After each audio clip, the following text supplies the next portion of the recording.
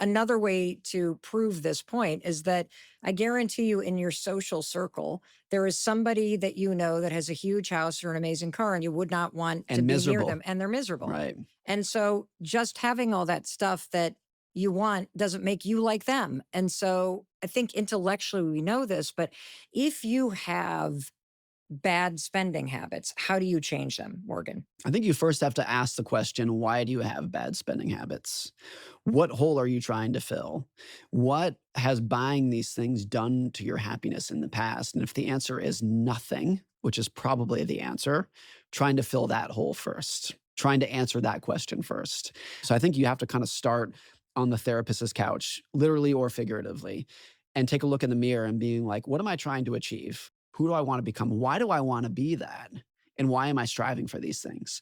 And for a lot of people, it's kind of like a binge spending that has got them into trouble where it's a Mm, stress relief. It's a relief valve. mm. And I think what the valve, I think in your head, what you probably think it is if I bought these things, then my problems would go away.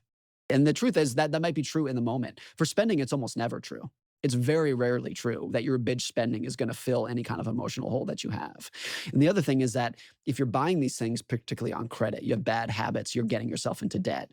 The new sweater that you bought might give you a day or two of happiness before it's either worn out or you don't care about it much anymore. But the paying it off is going to stick with you for years or months or even decades. And so that kind of thing of controlling your future and independence. You know, every dollar of debt that you have from these poor spending habits is a piece of your future that somebody else owns. It's a piece of your time that you owe to the bank, you owe to the lender. And the opposite of that is every dollar of savings that you have, the reverse of bad spending habits, is a piece of your future that you own, that you have control over. Every single Mm. dollar. I viewed this since I was 17 that every dollar that I save, even if it was literally $1, was $1 of my future that I gained back. That's always how it felt to me. And that's always been my goal for saving and my motivation for saving was I just want to be independent. I just want to wake up and do whatever I want. And I feel like my savings has bought that. It's not when I save money, it's not because I say, "Oh, I'm saving up to buy a new car." Even though there can be that, and that could be great. If I save $100, I view that as purchasing $100 of independence. I'm Mm. spending that money. It's giving me independence today.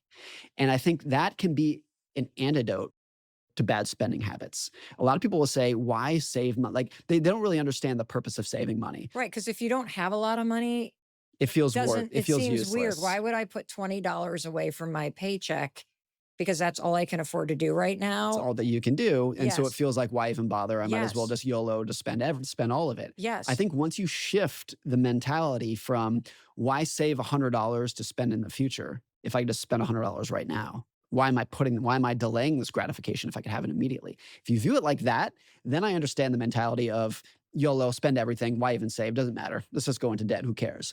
Once you view it as that $100, you are purchasing today $100 of independence, $100 of peace, $100 of sleeping better at night, Mm. then it completely shifts the game. And so if I save $100, that's not delayed gratification. That today, in this moment, today and tonight, gives me $100 of happiness and more contentment today because I feel like I'm more independent than I was before I saved Mm. that money.